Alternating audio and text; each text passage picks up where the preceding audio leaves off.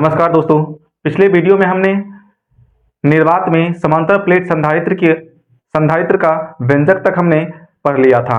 आइए हम लोग आज की वीडियो में हम लोग ऊर्जा घनत्व एवं ऊर्जा घनत्व के व्यंजक को प्राप्त करने वाले हैं एवं उसके आगे हम लोग परावैद्युत माध्यम की उपस्थिति में समांतर प्लेट संधारित्र की धारिता को पढ़ने वाले हैं एवं उसके आगे यौगिक माध्यम में समांतर प्लेट संधारित्र की धारिता को पढ़ने वाले हैं। ठीक है, तो आइए हम लोग शुरू करते हैं। आज का हमारा पहला टॉपिक है ऊर्जा घनत्व। हम लोग क्या पढ़ने वाले हैं?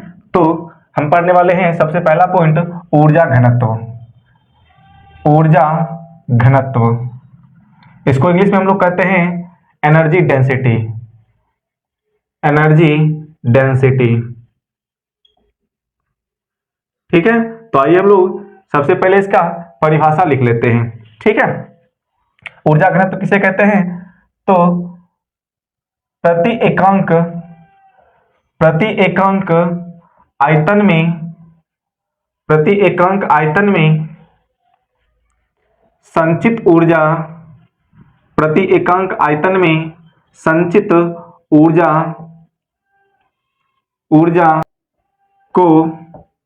संचित ऊर्जा को ऊर्जा घनत्व कहते हैं। ऊर्जा घनत्व कहते हैं। संचित ऊर्जा को क्या कहते हैं? ऊर्जा घनत्व कहते हैं। इसे स्मॉल यू द्वारा सूचित किया जाता है। इसे स्मॉल यू द्वारा सूचित किया जाता है। सूचित किया जाता है। ठीक है,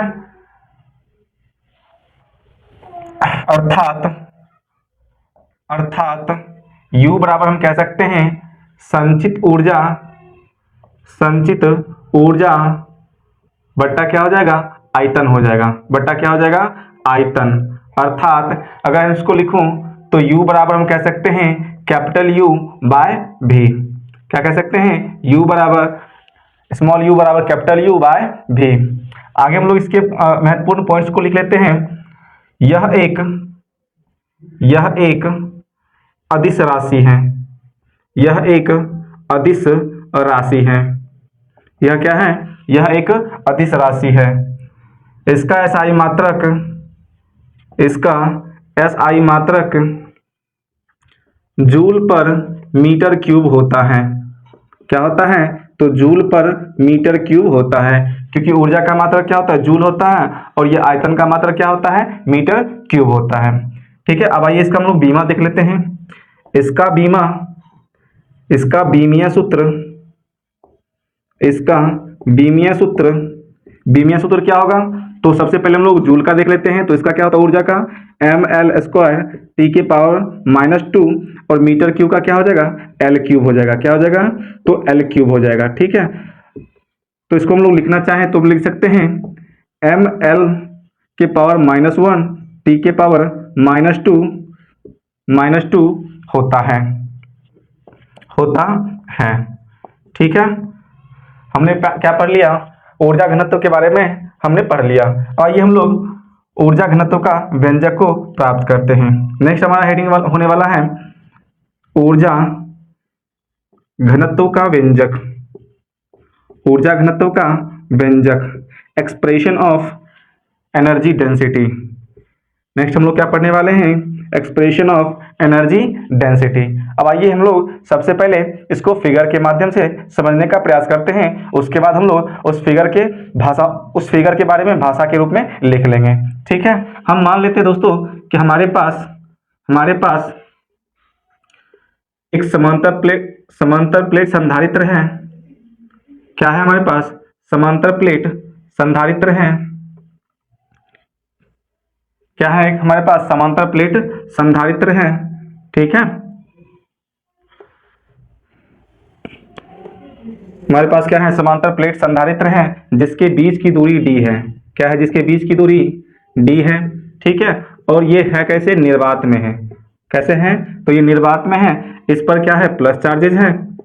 एक प्लेट पर क्या है? तो प्लस चार्जेज हैं, और दूसरे प्लेट पर माइनस चार्जेज हैं। कौन सी चार्जेज हैं? तो दूसरे प्लेट पर हमारा माइनस चार्जेज हैं। ठीक है, तब आइए हम लोग इसके बारे में पहले हम लोग लिख लेते हैं। माना कि समांतर प्लेट संधारित्र, माना कि समांतर प्लेट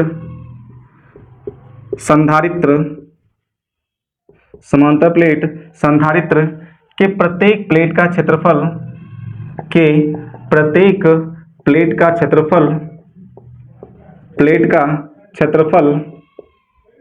प्रत्येक प्लेट का क्षेत्रफल कैपिटल ए है, एवं इसके बीच की दूरी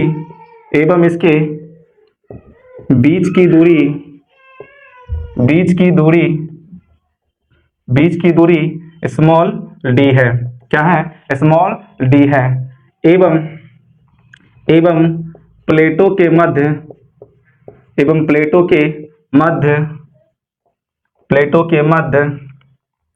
विद्युत क्षेत्र सिग्मा बाय एप्सिलॉन नॉट है। क्या है? तो सिग्मा बाय एप्सिलॉन नॉट है। ठीक है, अब आइए हम लोग इसके आगे देखते हैं। तो सबसे पहले हम लोग क्या करेंगे, इसका आयतन निकाल लेंगे। क्या निकाल लेंगे? आयतन निकाल लेंगे। तो संधारित्र का आयतन क्या हो जाएगा? संधारित्र का आयतन क्या हो जाएगा? तो इसका क्षेत्रफल हो जाएगा, इसका क्षेत्रफल और इसके बीच की दूरी हमारा क्या हो जाएगा? संधारित्र का आयतन हो जाएगा। ठीक है, एडी हमारा आयतन हो जाएगा। ठीक, अब आइए हम लोग आगे चलते हैं।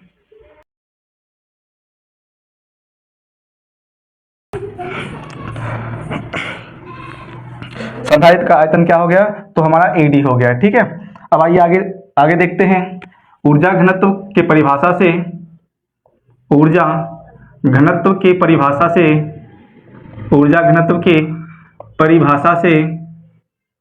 हम लोग जानते हैं कि U बराबर क्या होता है? स्मॉल u बराबर कैपिटल U। स्मॉल u बराबर क्या होता है? कैपिटल U बाय भी होता है। ठीक है, तो U बराबर क्या होता है? U बराबर होता है हमारा क्यू स्क्वायर बाय 2c होता है। क्या होता है? चूंकि U बराबर क्या होता है? क्यू स्क्वायर बाय 2c होता है, तो हम लोग लिख लेते हैं यहाँ पर क्यू स्क्वायर बाय 2c।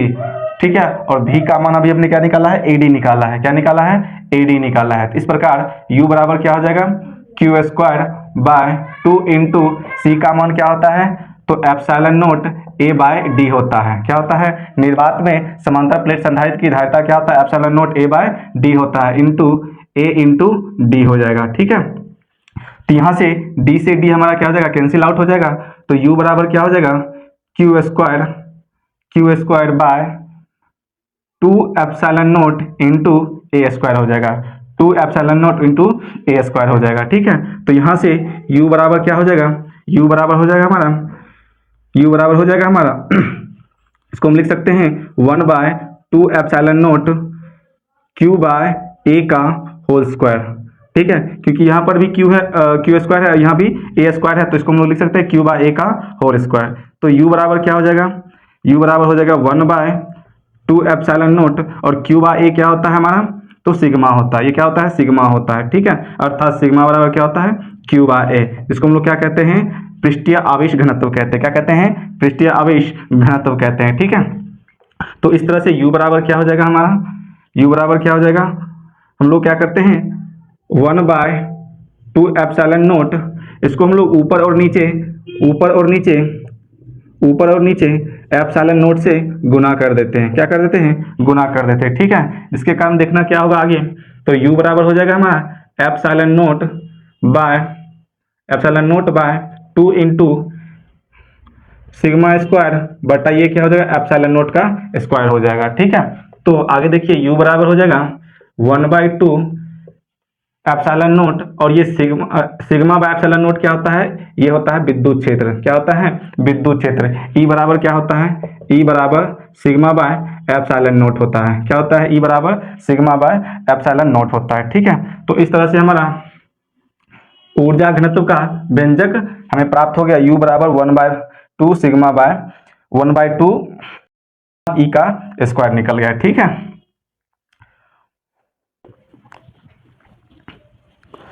तो तो आशा करता हूँ दोस्तों कि आप लोग को यहाँ तक बातें समझ में आ गई होगी। अगर आप लोग को समझ में आ गया है तो आप इसे नोट डाउन कर लें, ठीक है। इसके आगे हम लोग पढ़ने वाले हैं परावैद्युत माध्यम की उपस्थिति में समांतर प्लेट संधारित्र की धारिता को पढ़ने वाले हैं, ठीक है। तो आप लोग यहाँ तक नोट डाउन कर लीजिए।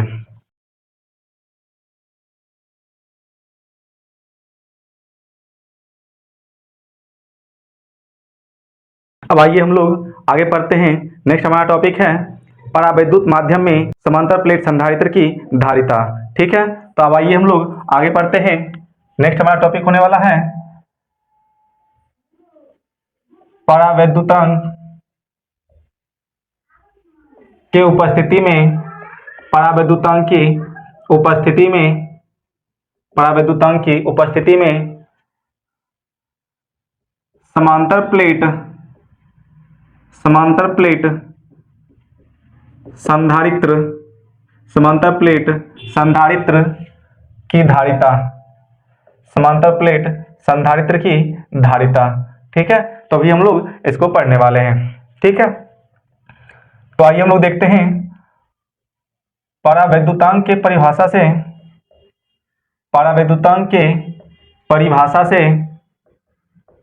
परिभाषा से हम जानते हैं कि परावैद्युतांक के बराबर क्या होता है।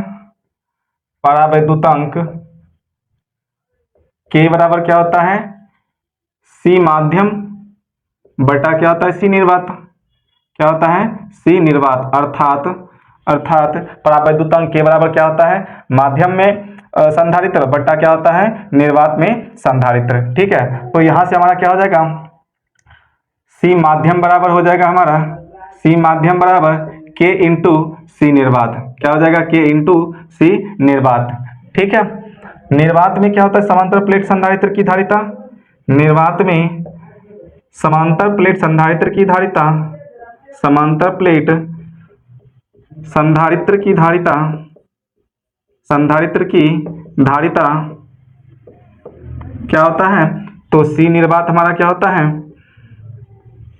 Epsilon note A by D होता है। क्या होता है, सी निर्वात बराबर epsilon note A by D होता है, ठीक है। तो सी माध्यम में क्या हो जाएगा हमारा, सी माध्यम में हो जाएगा हमारा के इंटू सी निर्वात, के इंटू सी निर्वात।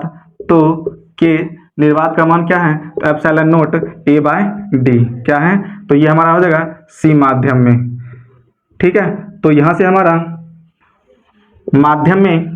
माध्यम में समांतर प्लेट संधारित्र की धारिता क्या होने वाली है, तो हमारा हो जाएगा K epsilon note A by D हो जाएगा, ठीक है। अब आइए हम लोग नोट पॉइंट लिख लेते हैं एक। यदि किसी संधारित्र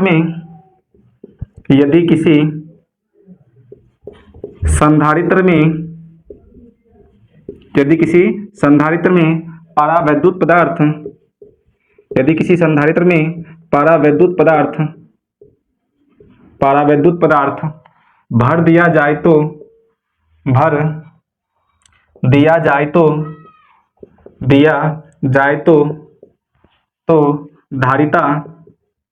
धारिता के गुनी बढ़ जाती है, के गुनी बढ़ जाती है।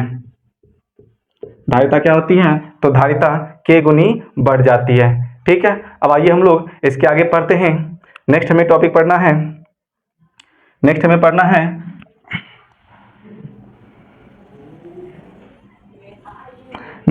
है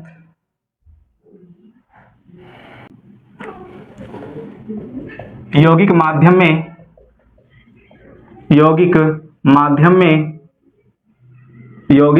में समांतर प्लेट संधारित्र की धारिता। यौगिक माध्यम में समांतर प्लेट संधारित्र की धारिता, संधारित्र की धारिता।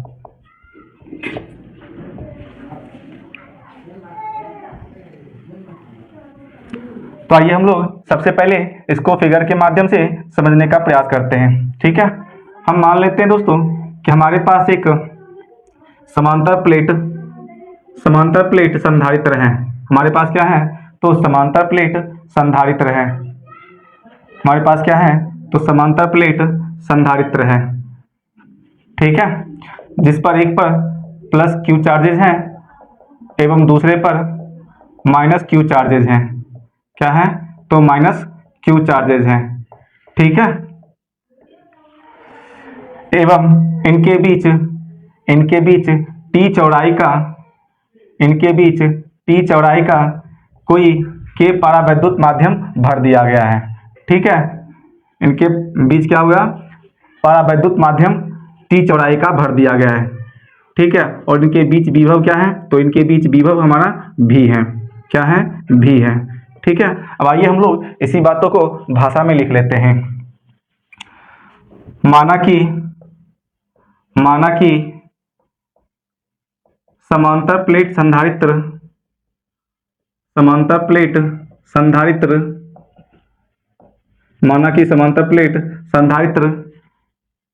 के प्रत्येक प्लेट का क्षेत्रफल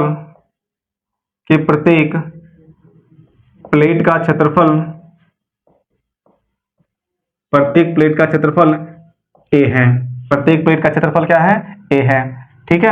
एवं इसके बीच की दूरी हम लोग d मान लेते हैं। इसके बीच की दूरी क्या है? तो d है, ठीक। प्रत्येक प्लेट का क्षेत्रफल a है। प्लेटों के बीच की दूरी d है। प्लेटों के बीच की दूरी क्या है? d है। एवं प्लेटों के मध्य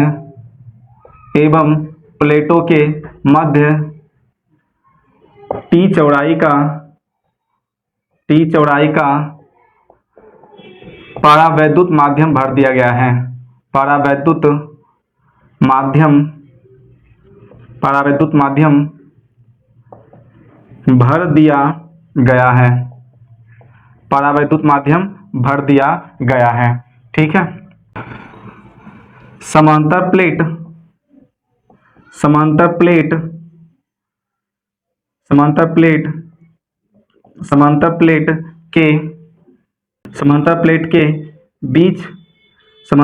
के बीच माध्यम में दूरी T एवं निर्वात में दूरी क्या हो जाएगा? निर्वात में दूरी हमारा हो जाएगा d माइनस टी। क्या हो जाएगा? निर्वात में दूरी d एवं d माइनस टी है, ठीक है। क्योंकि हमारा ये परावैद्युतांक है तो इसका दूरी क्या है हमारा? तो दूरी इसका हमारा t है। तो ये जो बच जाएगा वो हमारा क्या बच जाएगा? ये हमारा निर्वात है, तो निर्वात में दूरी क्या हो जाएगा? तो d में से हम लोग t घटा देंगे तो ये हमारा निर्वात में दूरी हो जाएगा, ठीक है। अब आइए हम लोग आगे चलते हैं, ठीक है। तो सबसे पहले हम लोग क्या करेंगे? इसके बीच विभवांतर, दोनों प्लेटों के बीच के विभवांतर को ज्ञात करने वाले हैं, ठीक है। तो आगे देखिए, यौगिक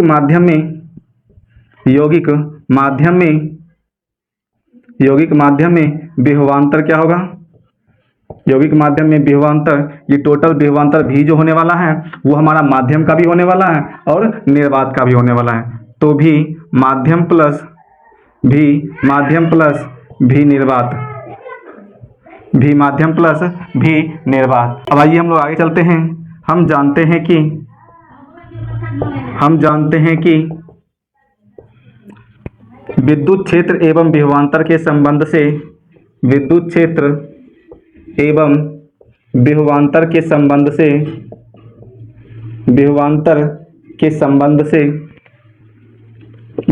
के संबंध से V बराबर क्या होता है? V बराबर ED होता है।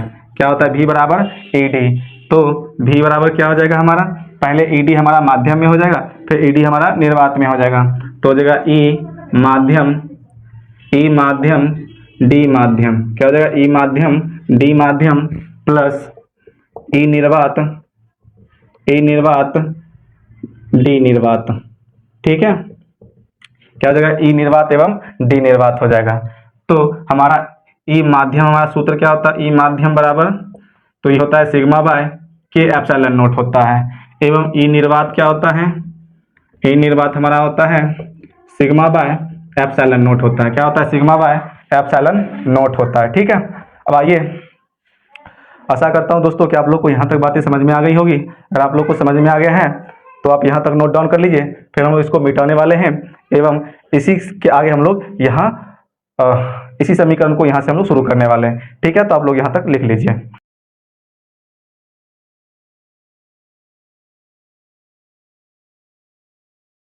अब आइए हम लोग इसके आगे देखते हैं। तो इसके आगे हम लोग क्या करेंगे, यहाँ पर ई का मान और ई माध्यम और ई निर्वात का मान हम लोग क्या कर देंगे, पुट कर देंगे और इस तरह से हम लोग इसका मान निकाल लेंगे। ठीक है, तो v बराबर क्या हो जाएगा, v बराबर हो जाएगा हमारा सिग्मा बाय के एप्सिलॉन नॉट। ठीक है, और दूरी कितना है, तो दूरी हमारा t। ठीक है, प्लस क्या हो जाएगा sigma by epsilon not into दूरी क्या है, तो ये d माइनस टी है। क्या है, d माइनस टी है। तो इस तरह से v बराबर क्या हो जाएगा, यहाँ से सिग्मा बाय एप्सिलॉन नॉट हम लोग क्या करेंगे, कॉमन ले लेंगे। तो ये बच जाएगा d बाय के प्लस d माइनस टी। क्या बच जाएगा, तो हो जाएगा t बाय के प्लस d माइनस टी हो जाएगा। तो आगे देखिए v बराबर क्या हो जाएगा, ये हमारा q by a into epsilon naught. ठीक है, ये t बाय के प्लस d माइनस टी हो जाएगा। ठीक, तो यहां से हम लोग q का मान निकाल लेंगे। तो q बराबर क्या हो जाएगा, epsilon naught a by t by के plus d minus T into क्या हो जाएगा, इंटू भी। इसको हम लोग समीकरण फर्स्ट मान लेंगे। और हम जानते हैं कि संधारित्र की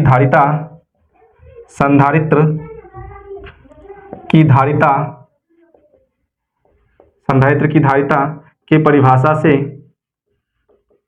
परिभाषा से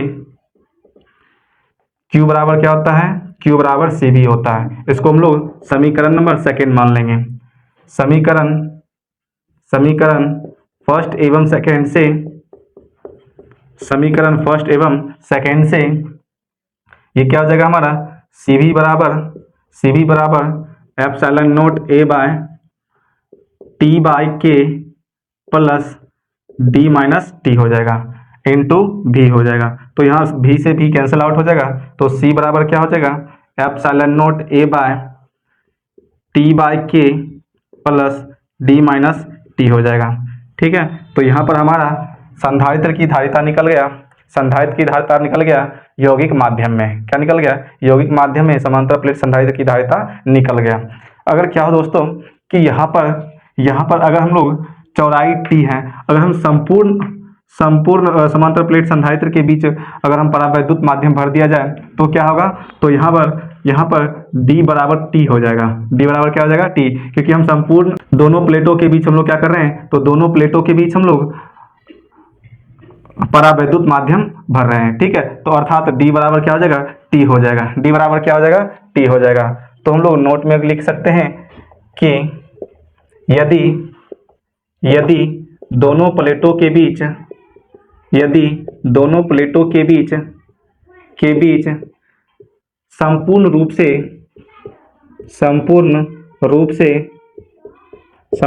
से परावैद्युत माध्यम भर दिया जाए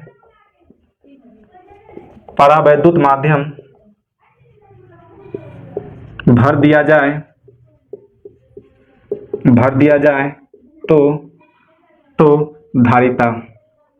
धारिता क्या होगा, तो धारिता हम लोग क्या करेंगे, जहां पर t है वहां पर हम लोग d के बराबर रखने वाले हैं। तो इस तरह से क्या हो जाएगा, अगर